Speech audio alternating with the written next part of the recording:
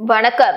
புதுச்சேரி அரசின் சார்பில் முதன்முறையாக பிரிகாஸ்ட் கற்களை பயன்படுத்தி ரூபாய் 45.5 கோடியில் 216 வீடுகள் கொண்ட அடுக்குமாடி குடியிருப்பு பணிகள் கட்டும் பணி மும்முரமாக நடைபெற்று வருகிறது.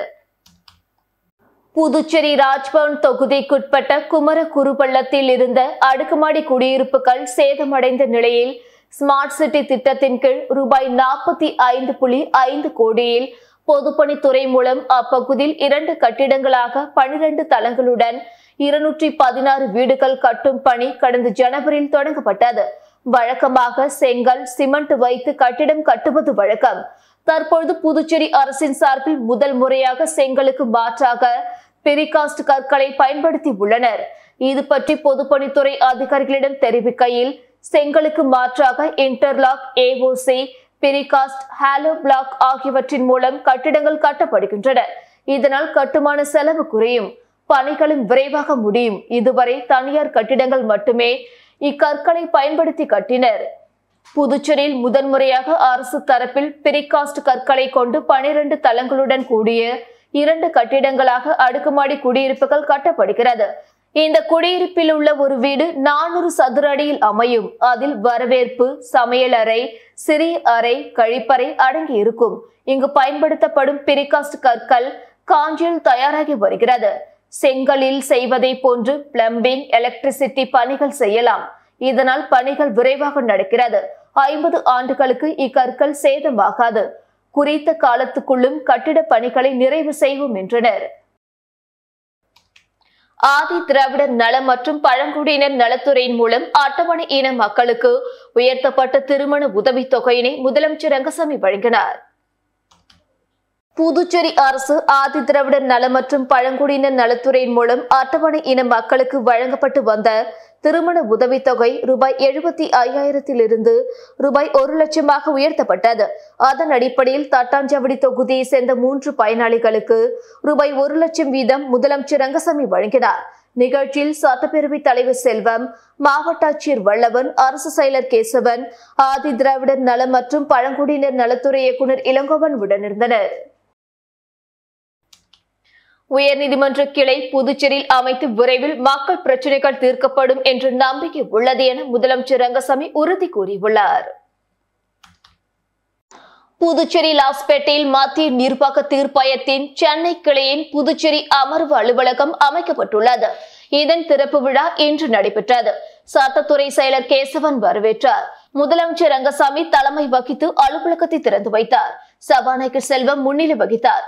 டெல்லி மத்திய தீர்ப்பாய பதிவாளர் பிரீத்தி சிங், எம்எல்ஏக்கள் கல்யாண சுந்தரம், KSP ரமேஷ், மத்திய தீர்ப்பாய சென்னை கிளை உறுப்பினர்கள் லதா பஸ்வராஜ் பாட்னே, வருண் சிந்து குல் குமுடி, சுவாமிநாதன், புதுச்சேரி நுகர்வோர் ஆணைய தலைவர் முத்துவேல் உட்பட பலர் கலந்து கொண்டனர்.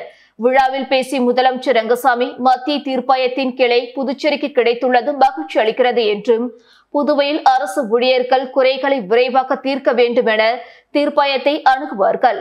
அவர்களின் குறைகளை விரைவாக தீர்க்க வேண்டும் என்பதே அரசின் எண்ணம் என்றும், அரசின் காலி பணியிடங்களை உடனடியாக நிரப்ப வேண்டும். இதை நிரப்பும் போது ஒவ்வொரு துறையிலும் அதிகாரிகள், ஊழியர்கள் தங்களுக்கு சாதகமான கோரிக்கைகளை கேட்கும் போது அவற்றை நிறைவேற்ற முடியாத நிலை ஏற்படும் என்றார். மேலும் புதுச்சேரியில் படித்து முடித்த இளைஞர்கள் அதிகமாக உள்ளனர். அவர்களுக்கு விரைவாக வேலை வழங்க வேண்டும்.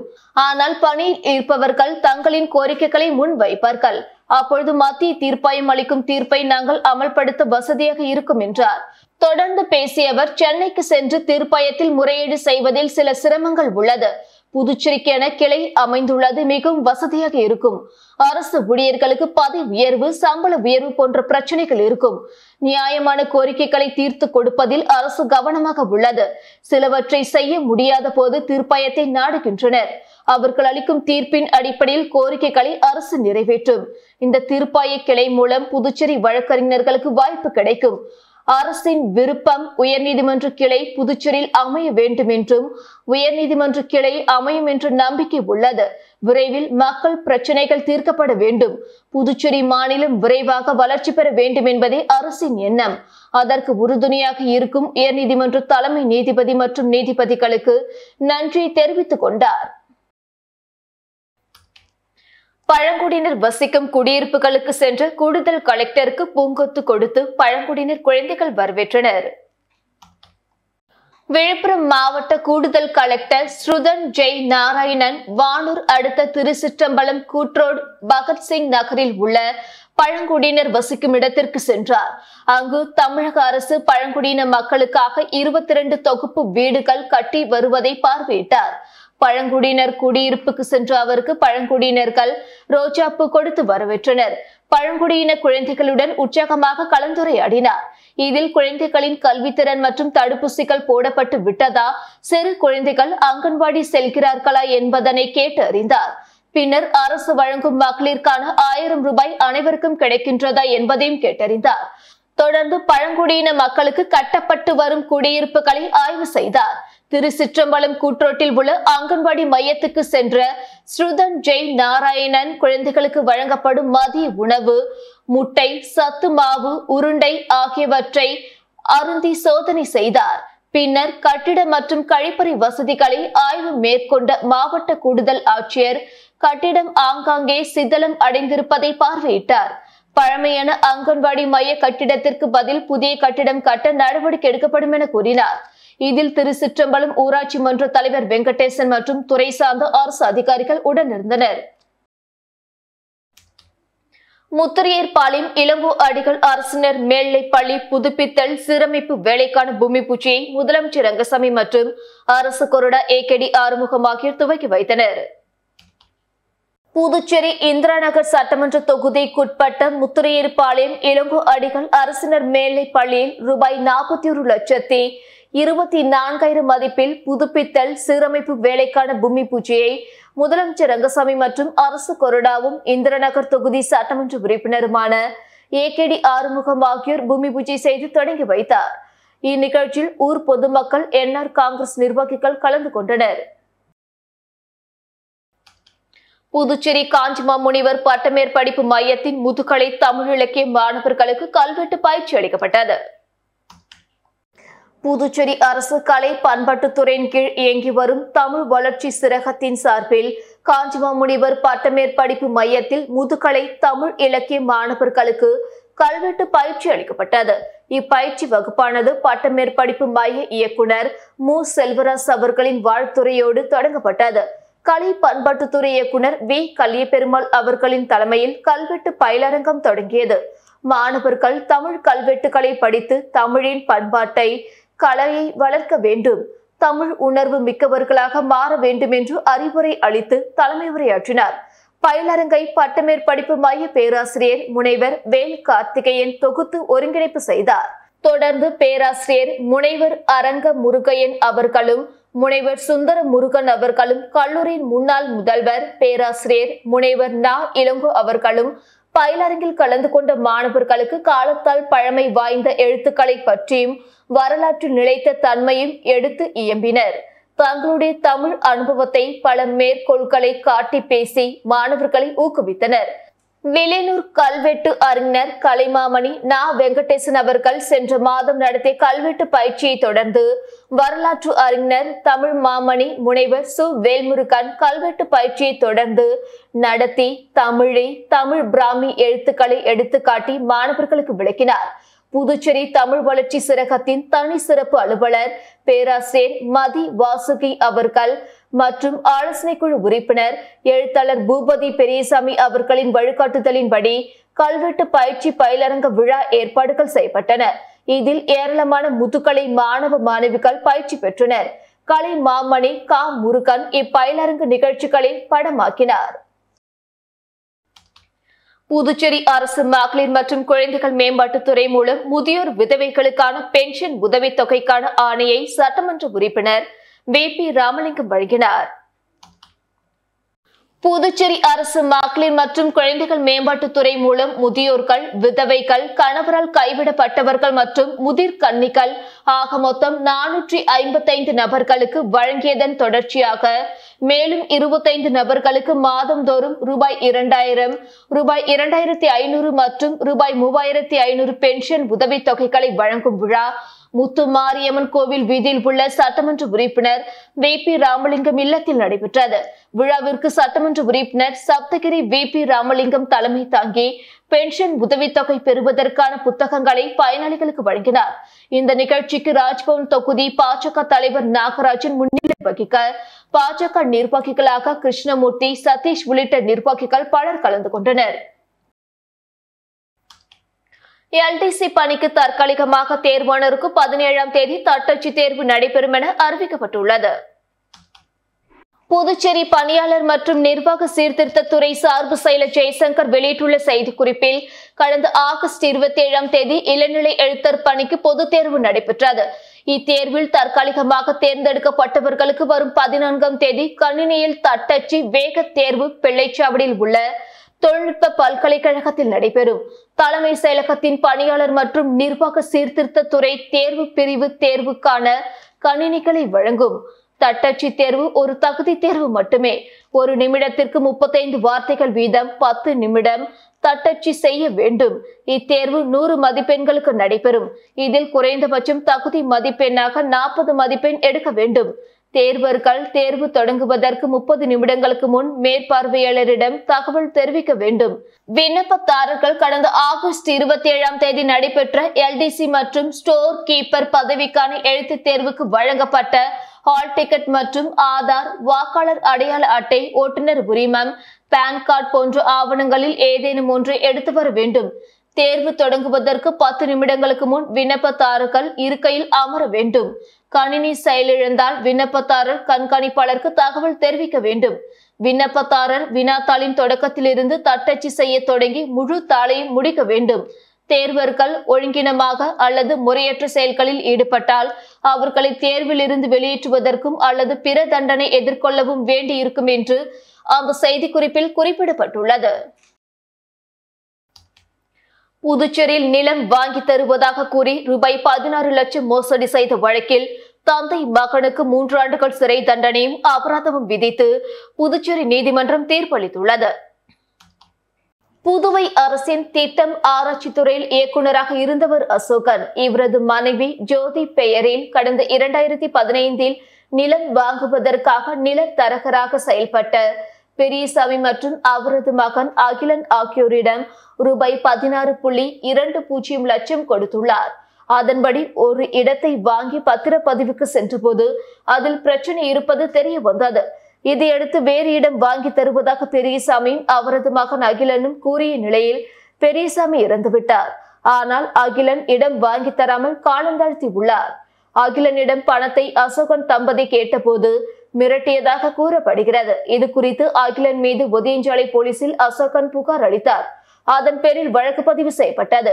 இந்த வழக்கை விசாரித்த புதுச்சேரி தலைமை குற்றவியல் நீதிமன்ற நீதிபதி மோகன் குற்றம் நிரூபணமான நிலையில் அகிலனுக்கு 3 ஆண்டு சிறை தண்டனையும் ரூபாய் 10,000 அபராதமும் விதித்து தீர்ப்பளித்தார். இந்த வழக்கில் அரசு தரப்பில் வழக்கறிஞர் கணேஷ் ஞான சம்பந்தன் ஆஜரானார். திருபுவனை சட்டமன்ற தொகுதிக்குட்பட்ட விநாயகம்பட்டு பகுதியில் மேல்நிலை குடிநீர் நீர்த்தேக்க தொட்டி மற்றும் மின் கம்பங்கள் அமைப்பதற்கான பூமி பூஜையை சட்டமன்ற உறுப்பினர் அங்காளன் தொடங்கி வைத்தார். திருபுவனை சட்டமன்ற தொகுதிக்குட்பட்ட விநாயகம்பட்டு கிராமத்தில் நிலவும் குடிநீர் பற்றாக்குறையை போக்க 1.50 லட்சம் லிட்டர் கொள்ளளவு கொண்ட மேல்நிலை குடிநீர் தேக்க தொட்டி மற்றும் 0.50 லிட்டர் கொள்ளளவு கொண்ட கீழ்நிலை குடிநீர் தேக்க தொட்டியுடன் கூடிய குடிநீர் திட்டத்திற்கு மதிப்பீடு தயாரிக்கப்பட்டு அதற்கான அரசின் ஒப்புதல் ரூபாய் 2.85 லட்சம் அளவில் பெறப்பட்டு நபார்டு வங்கி நிதி உதவியுடன் பணிகள் மேற்கொள்ளப்பட உள்ள நிலையில் இக்குடிநீர் திட்டத்திற்கான பணிகளை தொகுதியின் சட்டமன்ற உறுப்பினர் அங்காளன் பூமி பூஜை செய்து தொடங்கி வைத்தார். தொடர்ந்து விநாயகம்பட்டு கிராமத்தில் ஏற்கனவே உபயோகத்தில் உள்ள 24 அடி மின் கம்பங்கள் உயரம் குறைத்து தாழ்வாக உள்ளது. அவற்றை மாற்றி 30 அடி மின் கம்பங்களாக மாற்றுவதற்கு மின்துறை மூலம் ரூபாய் 4,20,000 திட்ட மதிப்பீடு தயார் செய்யப்பட்டு அதற்கான பூமி பூஜையினையும் சட்டமன்ற உறுப்பினர் அங்காளன் தொடங்கி வைத்தார். இந்நிகழ்ச்சியில் பொதுப்பணித்துறை தலைமை பொறியாளர் வீரசெல்வன், கண்காணிப்பு பொறியாளர் பாஸ்கரன், பொது சுகாதார கோட்ட செயற்பொறியாளர் உமாபதி, கிராம குடிநீர் உட்கோட்ட உதவி பொறியாளர் பீனா ராணி, இளநிலை பொறியாளர் சுதர்சனம், மின்துறை செயற்பொறியாளர் செல்வராஜ், உதவி பொறியாளர் பேரம்பலம், இளநிலை பொறியாளர் அரிபுத்திரி, மண்ணாடிப்பட்டு கொம்யூன் பஞ்சாயத்து ஆணையர் எழில்ராஜன், உதவி பொறியாளர் மல்லிகார்ஜுன், இளநிலை பொறியாளர் மனோகரன் மற்றும் மின்துறை ஊழியர்கள், சட்டமன்ற உறுப்பினரின் ஆதரவாளர்கள் மற்றும் கிராம பொதுமக்கள் கலந்து கொண்டு சிறப்பித்தனர். சேலிமேடு கவிஞரேறு வாணிதாசனார் அரசு உயர்நிலைப்பள்ளியில் அவரது உருவ சிலை அமைக்கும் பணிக்கான அடிக்கல் நாட்டு விழா நேற்று நடைபெற்றது. ஏம்பலம் தொகுதிக்குட்பட்ட சேலிமேடு கிராமத்தில் கவிஞரேறு வாணிதாசனார் அரசு உயர்நிலைப்பள்ளி உள்ளது. இப்பள்ளியில் அவருடைய சிலையை அமைத்து அவரது பெயருக்கு மேலும் புகழ் சேர்த்திட வேண்டுமென அப்பகுதி மக்கள் கோரிக்கை விடுத்து வந்தனர். இதையடுத்து பள்ளி வளாகத்தில் வாணிதாசனாரின் உருவ சிலை அமைக்க முடிவு செய்யப்பட்டு அதற்கான அடிக்கல் நாட்டு விழா நேற்று நடைபெற்றது. ஏம்பலம் தொகுதி எம்எல்ஏ லட்சுமிகாந்தன் ஒத்துழைப்புடன் நடைபெற்ற விழாவில் பள்ளி கல்வித்துறை முதன்மை கல்வி அதிகாரி தனசெல்வன் நேரு தலைமை தாங்கினார். தலைமை ஆசிரியர் பக்ரிசாமி முன்னிலை வகித்தார். நிகழ்வில் விழா குழு தலைவர் வெங்கட்ராமன், ஓய்வு பெற்ற மூத்த ஆசிரியர்கள் கலியபெருமாள், அரியரன், சபாபதி, இளவேணி, வாணிதாசனாரின் குடும்பத்தார், நக்கீரன், நலங்கிள்ளி, நெடுங்கிள்ளி, பெருங்கிள்ளி, ஐயை, பொன்மானி மற்றும் கிராம முக்கியஸ்தர்கள் ஜெயராகவலு, தனகோடி, முருகேசன், தண்டபாணி, பெருமாள், ஸ்ரீதரன், ராதாகிருஷ்ணன், ராமமூர்த்தி, சிவபிரகாசம், அருளரசன், பள்ளி மேலாண்மை குழு நிர்வாகிகள் ஒத்துழைப்புடன் விழா சிறப்பாக நடைபெற்றது. விழாவிற்கான ஏற்பாடுகளை விழா குழுவினரும் பள்ளி ஆசிரியர்களும் செய்திருந்தனர். புதுச்சேரி சேதராப்பட்டு பகுதியில் வடமாநில தொழிலாளர்களுக்கு கஞ்சா விற்பனை செய்த 3 ரவுடிகளை போலீசார் கைது செய்தனர். புதுவை சேதராப்பட்டு தொழிற்சாலை பகுதிகளில் வடநாட்டு தொழிலாளர்களுக்கு ஒரு சிலர் கஞ்சா விற்பனை செய்து வருவதாக சேதராப்பட்டு போலீசாருக்கு தகவல் கிடைத்தது. சம்பவ இடத்திற்கு சப் இன்ஸ்பெக்டர் ராஜேஷ் தலைமையிலான போலீசார் மஃப்டி உடையில் சென்றபொழுது சந்தேகத்துக்கிடமாக நின்று கொண்டிருந்த 3 பேரையும் சுற்றி வளைத்து பிடித்தனர். அவர்களிடம் போலீசார் நடத்திய விசாரணையில் முன்னுக்கு பின் முரணாக தகவல் அளித்தனர். அவர்கள் வைத்திருந்த உடைமைகளை சோதனை செய்ததில் கஞ்சா பொட்டலங்கள் இருந்தது தெரிய வந்தது. 3 பேரையும் காவல் நிலையம் அழைத்து சென்று விசாரணை மேற்கொண்டதில் லாஸ்பேட்டை குறிஞ்சி நகரை சேர்ந்த பழனி மகன் ஹரி என்கிற ஹரிதாஸ் வயது 23 என்பதும், இவரது நண்பர்களான கோரிமேடு அடுத்த தமிழக பகுதியான நாவற்குளம் பகுதியை சேர்ந்த ரவிச்சந்திரன் மகன் முகுந்தன் வயது 20 என்பதும், மற்றொருவர் திருச்சிற்றம்பலம் கூற்றோட்டை சேர்ந்த ராஜா மகன் திலக்ராஜ் வயது 23 என்பதும் தெரிய வந்தது. இவர்களிடமிருந்து 1.400 கிராம் கிலோ கஞ்சாவை போலீசார் பறிமுதல் செய்தனர். இதில் ஹரி என்கிற ஹரிதாஸ், மஞ்சுநாதன் ஆகியோர் மீது கோரிமேடு பகுதிகளில் நடந்த கொலை வழக்கில் முக்கிய குற்றவாளி அவர்கள். திலக்ராஜ் மீது ஆரோவில் காவல் நிலையத்தில் பல்வேறு வழக்குகள் உள்ளது குறிப்பிடத்தக்கது. 3 பேரையும் கைது செய்த போலீசார் நீதிமன்றத்தில் ஆஜர்படுத்தி சிறையில் அடைத்தனர். ஆரோவில் அருகே வேன் ஓட்டுநருக்கும் போலீசாருக்கும் இடையே தள்ளுமுள்ளு ஏற்பட்டதால் பரபரப்பு நிலவியது. விழுப்புரம் மாவட்டம் ஆரோவில் அருகே உள்ள பட்டானூர் புதுச்சேரி தமிழக எல்லையில் தேசிய நெடுஞ்சாலை நடுவே போக்குவரத்துக்கு இடையூறாக வேன் ஒன்று நின்று கொண்டிருந்தது. இதனை பொதுமக்கள் பார்த்து ஆரோவில் போலீசாருக்கு தகவல் கொடுத்தனர். தகவலின் பேரில் அங்கு சென்று ஆரோவில் போலீசார் வேன் ஓட்டுநரிடம் விசாரித்தனர். அப்பொழுது முன்னுக்கு பின் முரணாக ஓட்டுநர் பேசியதாக கூறப்படுகிறது. அப்பொழுது போலீசாருக்கும் வேன் ஓட்டுநருக்கும் இடையே வாக்குவாதம் ஏற்பட்டது. வாக்குவாதம் பிறகு தள்ளுமுள்ளு ஏற்பட்டதால் அப்பகுதியில் பெரும் பரபரப்பு ஏற்பட்டது. உடனே போலீஸ் பிரச்சனை செய்தவர்களை காவல் நிலையம் அழைத்து சென்று புதுச்சேரி பகுதியை சேர்ந்த அஜித்குமார், செல்வகுமார், சூர்யா, மாடசாமி, தனுஷ் ஆகிய 5 பேர் மீது வழக்கு பதிவு செய்தனர். மேலும் வழக்கு பதிவு செய்தவர்களுக்கு ஆதரவாக புதுச்சேரி அதிமுக முக்கிய பிரமுகர் கட்ட பஞ்சாயத்தில் ஈடுபட்ட சம்பவம் பெரும் பரபரப்பை ஏற்படுத்தியுள்ளது. வாகனத்தை போக்குவரத்துக்கு இடையூறாக நிறுத்தியதை கேட்ட காவல்துறைக்கும் வேன் ஓட்டுநருக்கும் இடையே வாக்குவாதம், கைகலப்பு ஏற்பட்ட சம்பவம் அப்பகுதியில் பெரும் பரபரப்பை ஏற்படுத்தியுள்ளது. அரியாங்குப்பம் தொகுதியை சேர்ந்த 9 நபர்களுக்கு ஈம சடங்குகளுக்கான நிதி உதவி வழங்கும் நிகழ்ச்சி சட்டமன்ற உறுப்பினர் அலுவலகத்தில் நடைபெற்றது. புதுச்சேரி மீன்வளம் மற்றும் மீனவர் நலத்துறை மூலம் அரியாங்குப்பம் தொகுதியை சேர்ந்த 9 நபர்களுக்கு தலா 15,000 வீதம் மொத்தம் 1,35,000 ரூபாய் நிதி உதவியினை அவரவர் வங்கி கணக்குகளில் சேர்க்கப்பட்டு அதனை பெறுவதற்கான ஆணையினை அரியாங்குப்பம் சட்டமன்ற அலுவலகத்தில் சட்டமன்ற உறுப்பினர் பாஸ்கர் என்கிற தட்சிணாமூர்த்தி தலைமையில் வழங்கப்பட்டது.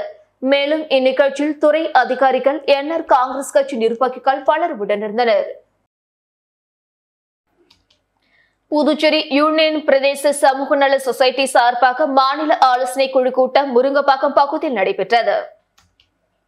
புதுச்சேரி யூனியன் பிரதேச சமூக நல சொசைட்டி சார்பில் மாநில ஆலோசனை குழு கூட்டம் முருங்கப்பாக்கம் பகுதியில் இயக்க நிர்வாகி தர்மா ஏற்பாட்டில் நடைபெற்ற இக்கூட்டத்தில் சங்க தலைவர் காத்தவராயன் தலைமையில் நடைபெற்ற இக்கூட்டத்தில் சொசைட்டியின் மாநில ஒருங்கிணைப்பாளர்களாக பேராசிரியர் பாலமுருகன், வழக்கறிஞர் கிருஷ்ணராஜ், மாறன், தினகரன் மற்றும் மாநில ஆலோசகர்களாக கோவிந்தசாமி ஆகியோர் தேர்ந்தெடுக்கப்பட்டார்கள்.